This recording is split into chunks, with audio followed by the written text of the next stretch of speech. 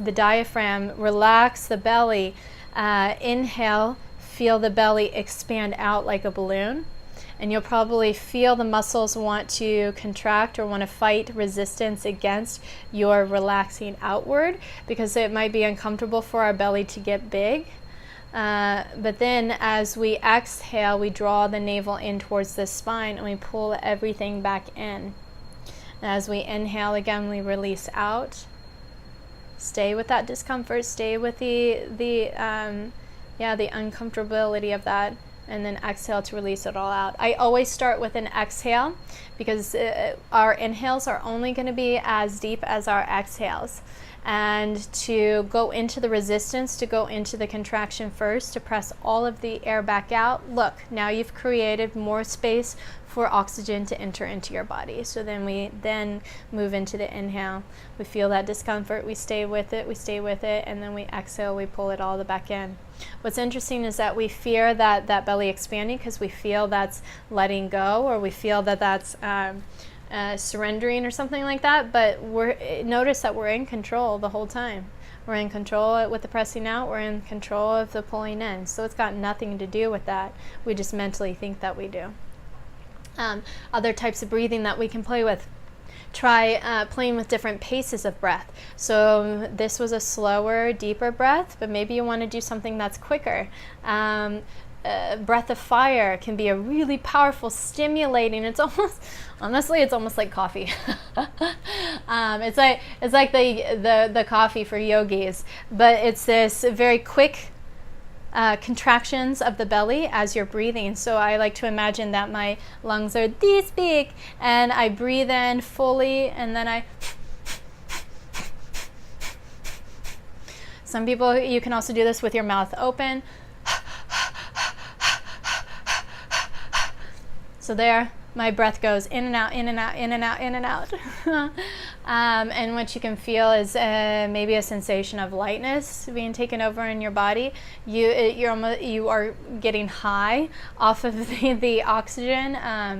It's almost like you're hyperventilating, similar to that, but it's because you are over oxygenating. You are bringing in so much that you get high. You get almost euphoric. Sometimes having full out-of-body experiences or orgasmic experiences from breath work for doing this for 20, 30, 40, 50 minutes at a time can be really powerful.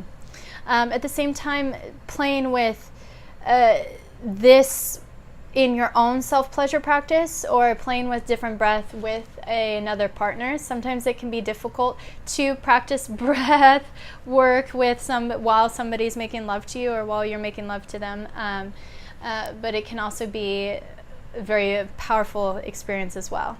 I highly recommend bringing in breathing to exhale as you're starting to climax, as you're starting to orgasm, because a lot of times we get to we start building the orgasm and we're like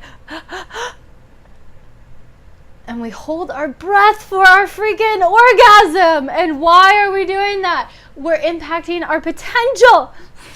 So I encourage you to remember to exhale, because what you're doing is as you exhale, you're relaxing your muscles and you can have a greater contraction.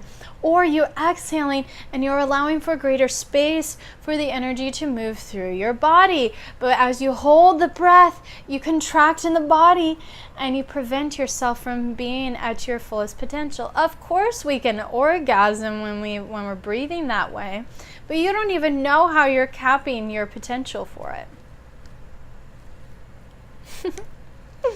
In another sense, we can be using the breath to build the excitement. The Kapala Bhakti the breath of fire can be a really powerful way of being able to build that excitement, bring it up into the body. Breath can also be used by matching your breath with your partner. It can be a powerful way to or synchronize your breath. As one breathes in, the other breathes out, and vice versa.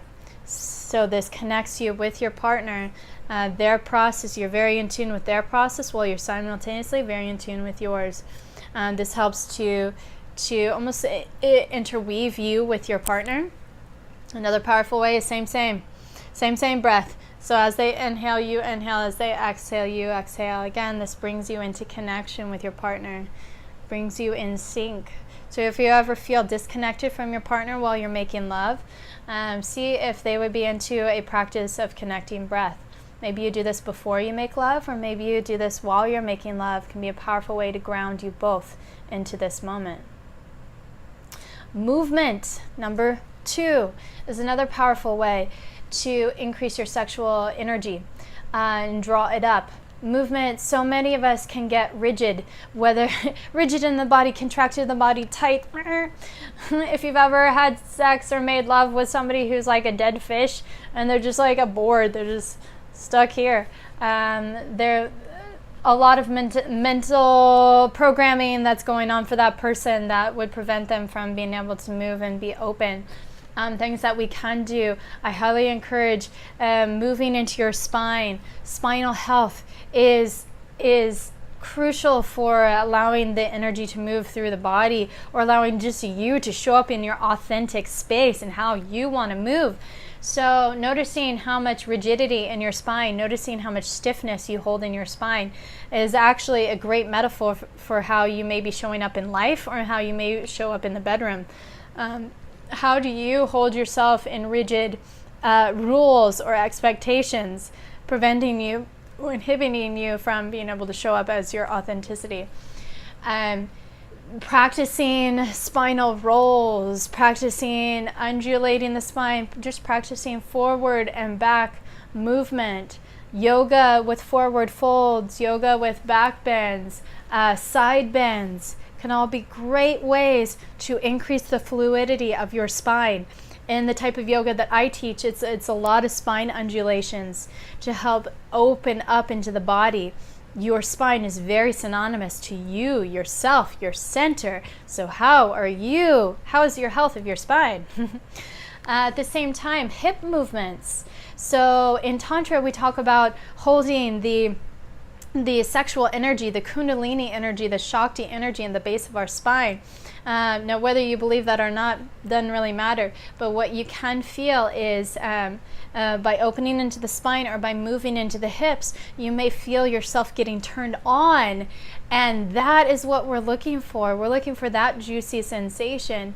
So by moving into the hips, whether it's rocking forward and back, whether it's doing circles with your hips.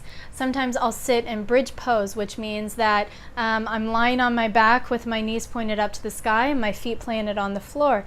And I'll lift my hips up off the ground and I'll circulate into just the hips. I'll isolate just the pelvic region and moving it side to side or tilting my pelvis forward and back. Bringing my conscious awareness here as I'm doing these poses. So we're not just moving the spine, we're not just moving the hips, but we're present in it and to feel into the subtle sensations that arise. Another one that I do that I'll show you is hip thrusts for 10 to 15 minutes. Even after 5 minutes, you can feel the sexual energy rise up.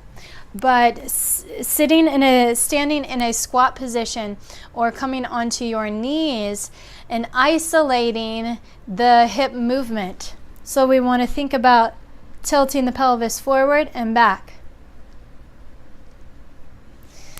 Now match that with your breath as you're moving. So you're just breathing and play around with the breath, whether you do quicker breath, whether you do slower, deeper breath, or just a regular breath. And as you're rocking the pelvis forward and back, try different paces. Move it faster, move it slower. Keeping your knees into a gentle squat will help you with the tilting of your pelvis. And do that for 5 minutes, do it for 10 minutes, do it for 15 minutes, and see what happens. And comment below, tell me what happens. But stay present with it as you do.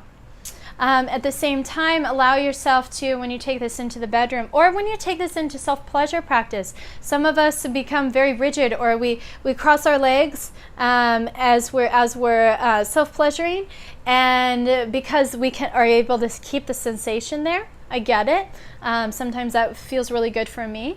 But can you also just move into your shoulders? Can you move into your upper back? Can you move into your legs? Can you move into your neck? Bringing movement into the body helps you to open up and helps you to spread the energy, or draw it up, or bring it out further away from just the genital region. Sound, number 3. Sound, whether it's your own vibration, whether it's your own self making these sounds. Our larynx is connected with our cervix directly through the vagus nerve. So when we're making sounds, there's this vibration that happens in the throat, and it stimulates the vagus nerve, which then connects us with our cervix, which can increase our orgasmic potential. There are times when I've started making sounds, whether it's making love with somebody else or myself, and all of a sudden I get a rush of emotion. And sometimes the emotion is sadness, and I might start crying, or the emotion might be excitement and pleasure, because I'm stimulating that in my body. Vibration is a real thing, and vibration can help to loosen up any stagnancy that's held in the body, or tension that's held in the body.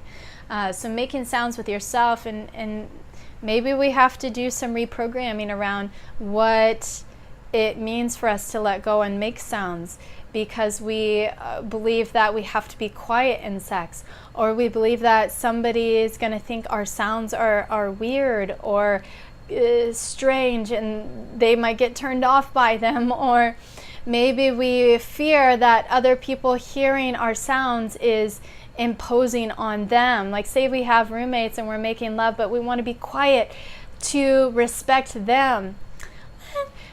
This is your experience. And everybody should be very grateful to be able to hear you and your pleasure. Just saying, the neighbors, they can be inspired by your ability to step into your pleasure. Or even just soft, subtle sounds can be highly erogenous for ourselves, but they can also turn on our partner too. How attractive is that when we hear a little from our partner in our ear? Woof! Turns me on right now just thinking about it. The last one that we're going to talk about is sensation. So sensation, dropping into your 5 senses, can increase our pleasure potential, because our 5 senses anchor us into the present moment. Our 5 senses anchor us into our body, into this embodied experience, and gets us out of our head. Our head, while our brain can be our best sex organ, it can also be the worst, because it can impact our ability to be present with our partner and present with what's going on internally. So tuning into your senses, what are the smells that you're experiencing? How does your partner's hair smell? What does your skin or the skin of your partner taste like? What does it feel like as you're brushing your fingers through their hair, or as you're gripping onto their arm, or gently releasing, or feeling the back of the hand, or the way that your partner is caressing you? You know, what are these things? What is it? The sounds that you're hearing, even bringing in sounds, so vibration from the music that you're playing, or bringing vibration from drumming, or something that is external. How is that impacting you and your internal? Or hearing the sound of your partner's breath. Or I get turned on by the sound of my own breathing. Heavy breathing can be very erotic, hearing those types of sounds. So here are 4 ways that you can increase your sexual energy right now. Now, if you want more daily advice on sex, love, and embodiment, check out SexLoveYoga on Instagram. I'll be bringing more videos to you as my trip continues. In the meantime, leave me comments below. I'd love to hear from you, and